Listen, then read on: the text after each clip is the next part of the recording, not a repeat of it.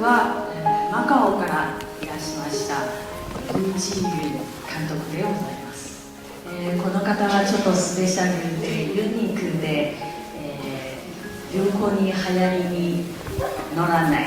因為我哋要識得捕捉內在嗰陣嘢，佢令到客戶或者呢個世界咧可以有機會睇到你嘅技術，或者睇到你嘅 idea 或者你嘅 style，可以令你走得更加遠一啲。どうやって演出をなされたのか、その素人の方に。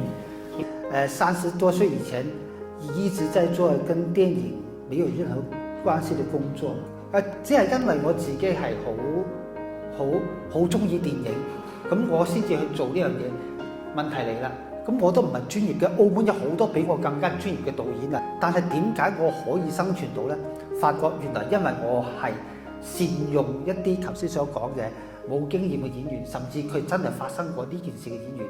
台本をこういうセリフだよって渡してやってもらう。同埋用啲非專業嘅，甚至係本身有事嘅演員呢，開頭係出於無奈，因為我係冇 budget 冇資源。咁我哋嘅方法咧就係咩咧？就係話我哋睇到咩景就作咩故事。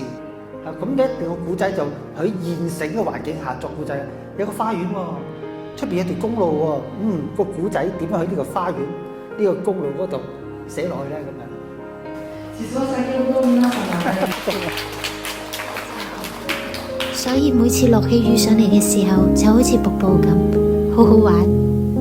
我哋啲小朋友就會接啲紙船仔放喺嗰條瀑布度，啲大人唔會阻止，因為佢哋細個嘅時候都係咁樣玩。